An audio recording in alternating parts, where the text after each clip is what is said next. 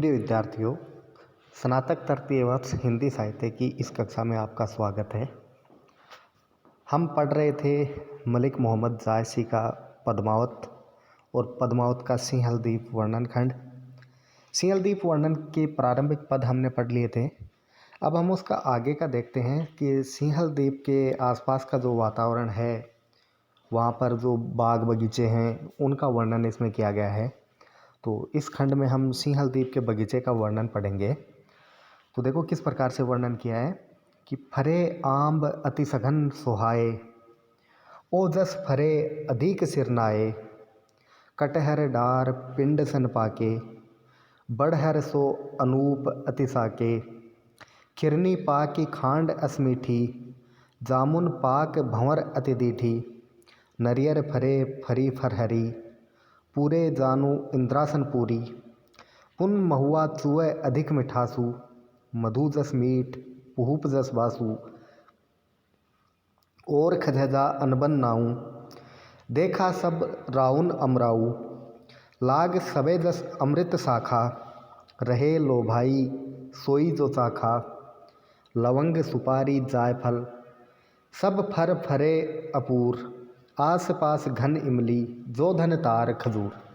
यह वर्णन किया गया है। अब हम इसका अनुवाद देखने की कोशिश करते हैं।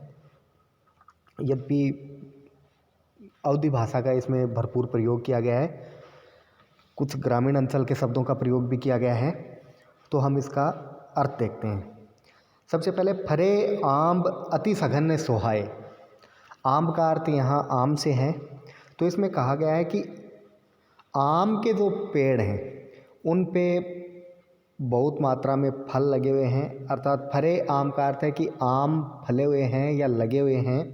अति सघन, अति सघन का अर्थ है बहुत घने, अर्थात बहुत ज़्यादा मात्रा में लगे हुए हैं। सोहाए का अर्थ है सुंदर लग रहे हैं, अर्थात आम के पेड़ों पर लगे हुए आम के फल हैं वो बहुत सुंदर लग रहे हैं, शोभायमान हो रहे हैं। और आगे इसमें बताया गया कि ओ जस फरे, और जितने फल लगे हुए हैं अधिक सिर नाए, उतने ही वो सिर नवाते हैं, अर्थात उतने ही वो उसके भार से झुक गए हैं। पेड़ की विशेषता होती है कि जितना उस पे वज़न होता है फलों का, वो उतना ही ज़्यादा झुक जाता है, अर्थात उतना ही ज़्यादा नत हो जाता है। तो इसमें कहा गया है कि ओ जस फरे अधिक सिर नाए, कि जितने फल उस पे लगे हुए हैं, जितने ज़्यादा फल लगते हैं, उतना ही वो ज़्यादा सिर नवाता है, अर्थात उतना ही ज़्यादा उदार हो जाता है। आगे है कटहर डार पिंड सन पाके, कि कटहल के पेड़ हैं, उस पे कटहल के फल लगे हुए हैं, वो डाल से लेकर तने तक सब जगह पके हुए कटहल लगे हुए हैं। अर्थात कटहल का फल है वो काफ़ी बड़ा होता है, तो पूरे डाल से लेकर तने तक फल ही फल लगे हुए हैं, तो उसका वर्णन किया गया है। फिर है बढ़हर सो अनूप अतिता के, कि बढ़हर के जो फल हैं वो भी बड़े अनुपम दिखाई दे रहे हैं। खिरनी पाकी खांड असमीठी, कि खिरनी एकदम से पक गई है और पकने से उसका जो स्वाद है वो खांड के जैसा मीठा हो गया है, अर्थात वो शक्कर के जैसी स्वादिष्ट हो गई है।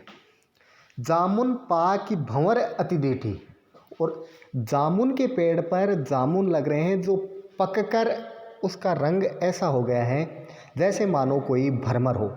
भरमर का रंग भी काला होता है और जामुन का रंग भी काला होता है, तो दोनों में उपमा अलंकार से तुलना की गई है कि जामुन पककर ऐसे लग रहे हैं जैसे मानो कोई भरमर वहाँ पर दौड़ रहा हो, अर्थात भरमर बैठे हुए हों। नरियर फरे फरी फरहरी, नरियर का अर्थ यहाँ नारियल से है। तो इसमें कहा गया कि नारियल के जो पेड़ हैं उस पे नारियल के फल लगे हुए हैं। पूरे जानू इंद्रासन पूरी, इस पूरे दृश्य को देखकर, अर्थात इस पूरे वातावरण को देखकर ऐसे लग रहा है जैसे ये इंद्रासन पूरी हो, अर्थात ये अमरावती हो। अमरावती के उद्यान के समकक्ष इस उद्यान की शोभा बताई गई है। तो इसमें ये बताया गया है कि पूरे दृश्य को देखकर ऐसा लग रहा है जैसे दूसरी अमरावती हो। पुन महुआ चुए अधिक मिठासु, आगे महुए के पेड़ के बारे में बताया गया है कि महुए के फूलों से मिठास सू रही है, अर्थात महुए के फूल झड़ रहे हैं और महुए के फूलों से मिठास आ रही है, अर्थात उससे सुगंध उठ रही है। मधु जस मीठ, महुए के बारे में बताया गया है कि महुए के जो फूल हैं वो मधु के समान मीठे हैं, शहद के समान मीठे हैं।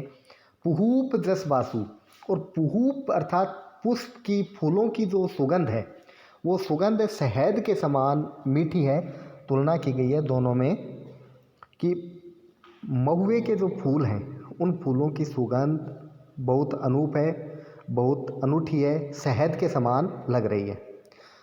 और खजहजा अनबन नाऊ, खजहजा का अर्थ होता है मेवे, और अनेक प्रकार के, अनेक नामों के जो मेवे हैं वो वहाँ पर लगे हुए हैं जिसका नाम तक नहीं गिनाया जा सकता। देखा सब राउन अमराऊ, ये शब्द राजा के बगीचे में, राजा की अमराई में देखे जा सकते हैं, अर्थात राजा के बगीचे में तरह तरह के पेड़ हैं, उन पेड़ों पे फल और फूल लगे हुए हैं। लाग सबे जस अमृत शाखा, और जो पूरी पेड़ों की शाखाएं हैं वो ऐसे लग रही हैं जैसे उन पे अमृत लग रहा हो, अर्थात उनके जो फल हैं वो अमृत के समान हैं। तो ऐसे लग रहा है जैसे शाखाओं पे अमृत लग रहा हो। रहे लो भाई सोई जो चाखा, इन पेड़ों के फल को जो भी चख लेता है, जो भी एक बार इसका स्वाद ले लेता है, वो इस पर मोहित हो जाता है, अर्थात वो इसके लोभ में पड़ जाता है, इसकी ओर आकर्षित हो जाता है। तो ऐसा वर्णन किया गया है कि यहाँ इतने अनुपम वृक्ष हैं और उन पर ऐसे फल लगे हुए हैं कि एक बार जो इनके स्वाद को चख लेता है वो हमेशा इसको भुला नहीं पाता, अर्थात वो इसी के लोभ में लगा रहता है।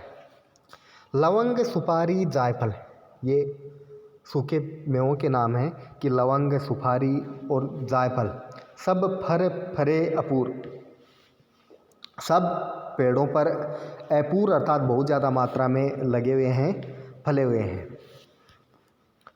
आगे आसपास घन इमली जोधन तार खजूर, और आसपास में घने इमली के पेड़ हैं, ताड़ और खजूर के लंबे लंबे पेड़ वहाँ पर लगे हुए हैं। तो ये राजा गंधर्वसेन है, सिंहलदीप के जो राजा गंधर्वसेन है उसके बगीचे का वर्णन किया गया है कि उसके बगीचे में ऐसे अनुपम पेड़ थे और उस पर ऐसे फल लगे हुए हैं। अवधी भाषा का प्रयोग किया गया है, दोहा चौपाई शैली इसमें काम में ली गई है। बगीचे का बहुत ही सुंदर वर्णन इसमें किया गया है। अनेक प्रकार के अलंकार हैं, जैसे उदाहरण अलंकार है, अनुप्रास है, तुलनात्मक रूप से भी अलंकारों का प्रयोग किया गया है, जैसे उपमा है। तो इस प्रकार से इन्होंने बगीचे का सांगोपांग वर्णन किया है। धन्यवाद।